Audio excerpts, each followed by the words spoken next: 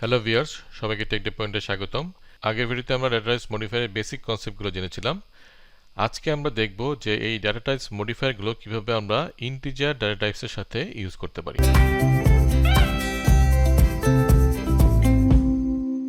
তো আমরা জানি যে ইন্টিজার টাইপের ডাটা টাইপসের সাথে শর্ট, লং, সাইন, আনসাইন এই সকল ডাটা টাইপস মডিফায়ারগুলো ইউজ করা যায়। সো এখন আমরা একটা এক্সাম্পলের মাধ্যমে দেখব যে কিভাবে এগুলো কাজ করে। আমি এখন তিনটি ভেরিয়েবল ডিক্লেয়ার করি, একটি হচ্ছে শর্ট, একটি হচ্ছে লং ইন্ট, একটা হচ্ছে লং লং ইন্ট। তো শর্ট টাইপের আমি যদি ভেরিয়েবল ডিক্লেয়ার করি, সাপোজ শর্ট, আমি নাম দিলাম এটাকে এস, লং ইন্ট নাম দিলাম L I, long long int আমি নাম দিলাম এল এল আই। আমরা জানি যে শর্ট 2 বাইটসের মেমোরি অ্যালোকেট করে, লং ইন্ট হচ্ছে 4 বাইটসের এবং লং লং ইন্ট হচ্ছে 8 বাইটসের মেমোরি অ্যালোকেট করে।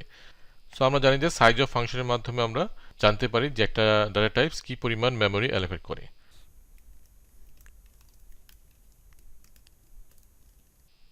সো সাইজ অফ দিয়ে আমরা এখানে দিলাম এস,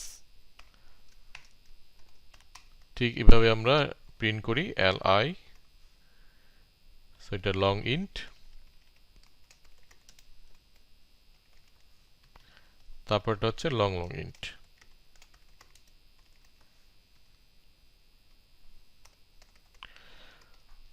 সো এটাকে আমরা এখন বিল্ড করে রান করি। তাহলে আমরা দেখতে পাচ্ছি যে শর্ট হচ্ছে 2 বাইটসের মেমোরি অ্যালোকেট করছে, লং ইন্ট হচ্ছে 4 বাইটসের এবং লং লং ইন্ট হচ্ছে 8 বাইটসের। তাহলে আমরা কি বুঝলাম যে ডেটা টাইপস মডিফায়ার দিয়ে আমরা ইন্টিজার টাইপের ডেটাকে মডিফাই করতে পারতেছি। সো এটার যে সাইজটা সেটা আমরা বাড়াতে পারছি। যেহেতু আমাদের মেমোরি অ্যালোকেশনের সাইজটা বেড়ে গেল, সেহেতু আমরা সেই রেঞ্জটা, সেখানে যে ডাটা রাখবো সেই রেঞ্জটা কিন্তু আমাদের বেড়ে গেল। সেটা কিভাবে আমরা এই সূত্রের মাধ্যমে ক্যালকুলেশন করতে পারি। এটা হচ্ছে টু দি পাওয়ার n-1, অর্থাৎ n হচ্ছে এখানে বিটস, কত বিটসের মেমোরি অ্যালোকেট করছে তার উপর ডিপেন্ড করে এই সাইজটাকে আমরা ক্যালকুলেশন করতে পারি। শর্ট হচ্ছে আমাদের 2 বাইটসের মেমোরি অ্যালোকেট করছে, অর্থাৎ এটা হচ্ছে 2 বাইটস বলতে আমরা 16 বিটস। লং ইন্ট হচ্ছে 4 বাইটস or 32 বিটস, আর লং লং ইন্ট হচ্ছে 8 বাইটস or 64 বিটস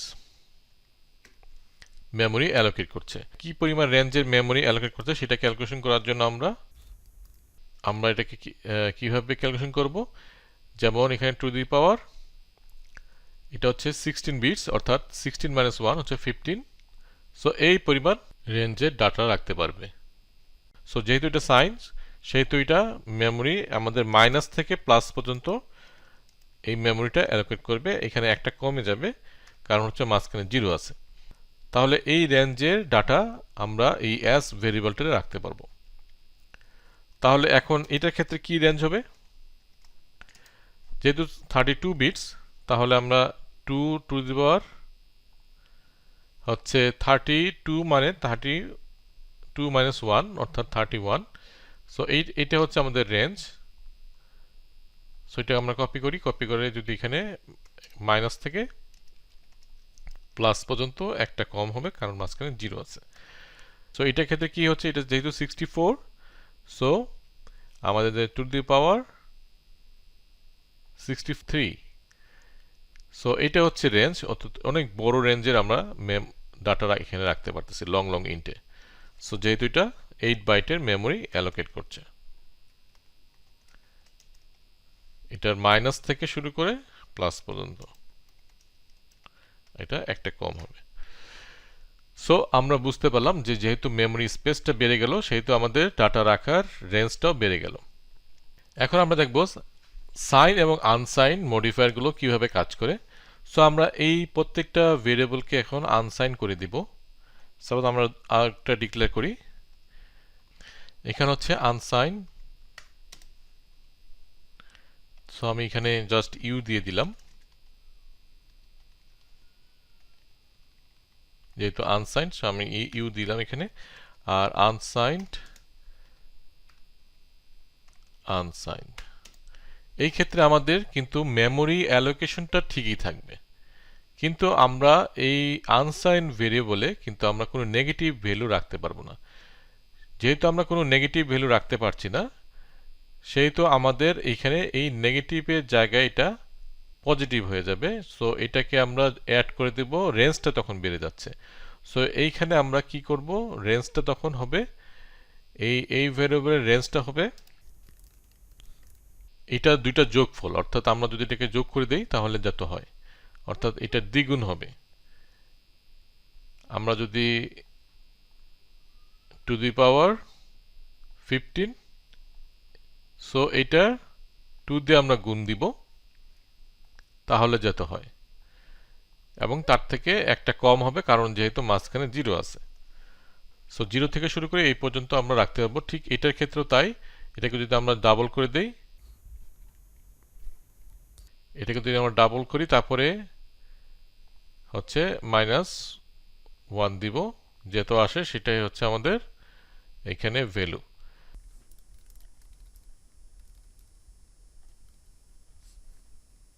সো আমাদের রেঞ্জটা বেড়ে যাচ্ছে।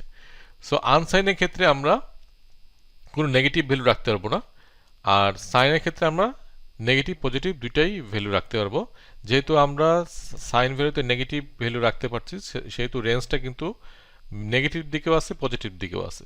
সো এমন যদি হয় যে আমাদের কোনো নেগেটিভ ভ্যালু রাখার প্রয়োজন নাই, এরকম আমরা ডাটা রাখতে চাচ্ছি যেটা কখনো নেগেটিভ হবে না, সেই ক্ষেত্রে আমরা আনসাইন ভেরিয়েবল ইউজ করতে পারি। আর যদি এমন হয় যে আমাদের নেগেটিভ ভ্যালু আমাদের রাখতে হবে, সেক্ষেত্রে আমরা নর্মালি যে ভেরিয়েবল লং ইন্ট অথবা শর্ট অথবা লং লং ইন্ট এগুলো আমরা ইউজ করতে পারি। সো আমরা আশা করি যে বেসিক ডিফারেন্সটা আমরা বুঝতে পারলাম। এখন যদি আমরা এটাকে প্রিন্ট করার চেষ্টা করি, যে শর্টে আমরা যে ভ্যালুটা রাখতেছি এটার বাইরে যদি আমরা কোনো একটা ভ্যালু প্রিন্ট করি, যেমন প্রিন্ট এফ দিয়ে আমরা চাই যে শর্ট টাইপের ভেরিয়েবল আমরা প্রিন্ট করতে চাচ্ছি। তো শর্ট টাইপের ভেরিয়েবল প্রিন্ট করার জন্য আমরা কি করি, এইচডি দিয়ে প্রিন্ট করি। সো এখানে আমরা যে এস যে ভ্যালুটা এখানে আমরা যদি এখন রাখি 154, সো এই 154 কিন্তু এই রেঞ্জের ভিতরে আছে, অর্থাৎ 32,768 এই রেঞ্জের ভিতরেই আছে, অর্থাৎ নেগেটিভ পজিটিভ যাই আমরা রাখি সেটা এই রেঞ্জের ভিতরে আছে। সো এটা এখন আমাদের প্রিন্ট হবে। সো আমরা দেখতে পাচ্ছি যে শর্ট 154, সো আমাদের প্রিন্ট হয়েছে, এবং আমরা নেগেটিভ রাখলেও সেটাও স্টোর হবে। কিন্তু আমরা যদি এই রেঞ্জের বাইরে চলে যাই, অর্থাৎ এই রেঞ্জের বাইরে যদি আমরা দেই, সাপোজ এখানে যদি আমরা এটার বাইরে অনেক বড় একটা নাম্বার দিলাম, বাড়িয়ে দিলাম, তাহলে আমরা দেখতেছি এখন যদি আমরা এটাকে রান করি, তাহলে আমরা দেখবো যে এটা গার্বেজ ভ্যালু আসতেছে। আমরা এখানে দিচ্ছি যে ভ্যালুটা সেটা কিন্তু আর নাই, এটা গার্বেজ ভ্যালু এখানে প্রিন্ট হয়ে গেছে, যেটা আমাদের মেইন ভ্যালু না। সো আমাদের খেয়াল রাখতে হবে যে এই রেঞ্জের বাইরে যদি চলে যায় কোনো ভ্যালু, তাহলে আমরা যেন শর্ট ডিফাইন না করি, সেটাকে আমরা লং ডিফাইন করতে পারি। ঠিক তেমনি লং লং ইন্টের ক্ষেত্রে লং ইন্টের ক্ষেত্রে যে রেঞ্জটা আমাদের আছে এর বাইরে যদি চলে যায় বা বা এর বাইরে যদি থাকে, তাহলে কিন্তু এটা আর ঠিক মতো প্রিন্ট হবে না, সেটা গার্বেজ একটা ভ্যালু প্রিন্ট হবে। ঠিক তেমনি আমরা আনসাইনের ক্ষেত্রেও তাই, যদি আমরা এখানে নেগেটিভ ভ্যালু রাখতে চাই, সাপোজ আমরা এখানে আনসাইন ভ্যালু একটা প্রিন্ট করি শর্ট টাইপেরই। সো শর্ট আমরা এখানে আনসাইন প্রিন্ট করতে চাচ্ছি, ইউএস আমরা এখানে লিখে দিই আনসাইন। সো এই ক্ষেত্রে আমরা কি করব, এখানে যদি আমরা একটা নেগেটিভ ভ্যালু দেই, তাহলে গার্বেজ একটা ভ্যালু আসবে। কারণ হচ্ছে আমাদের এখানে যেহেতু আনসাইন, আমরা এখানে নেগেটিভ ভ্যালু রাখতে পারবো না। সো আমরা এখানে আনসাইন ভ্যালু রাখতে পারবো না, তো এখানে আনসাইন ভ্যালু প্রিন্ট করার জন্য আমরা এইচ ইউ দিয়ে করে থাকি। সো আনসাইন যদি হয়ে থাকে, তাহলে আনসাইন শর্ট প্রিন্ট করার জন্য আমরা এইচ ইউ দিয়ে থাকি। সো আমরা যদি এখন প্রিন্ট করতে চাই এই আনসাইন ভ্যালুটাকে, তাহলে কিন্তু একটা গার্বেজ ভ্যালু আসবে। এখানে আমরা দেখছি যে এটা গার্বেজ ভ্যালু আসছে। সো এটা আনসাইন ভ্যালু যেহেতু, সেহেতু এটা গার্বেজ ভ্যালু দেখাচ্ছে। এখন এটা যদি আমরা পজিটিভ করে দিই, অর্থাৎ আমরা শুধু পজিটিভ ভ্যালু রাখতে পারবো এখানে। সো আমরা যদি পজিটিভ ভ্যালু রাখি, তাহলে কিন্তু আমাদের কোনো প্রবলেম নাই, কারণ এখানে আমাদের আনসাইন ভ্যালু এখানে আনসাইন ভ্যালু শুধু রাখা যায়। সো আশা করি সাইন এবং আনসাইনের মধ্যে যে ডিফারেন্সটা এটা বোঝা গেছে, এবং কিভাবে এটি মেমোরি অ্যালোকেট করছে এবং কী পরিমাণ রেঞ্জে ডাটা আমাদের রাখতে পারছি, এইসব সকল বিষয়ে আশা করি একটা ধারণা ক্লিয়ার হয়েছে। সো কারো যদি কোনো কোশ্চেন থাকে তাহলে কমেন্ট করে জানাতে পারেন। আর আজকের জন্য তাহলে আল্লাহ হাফেজ।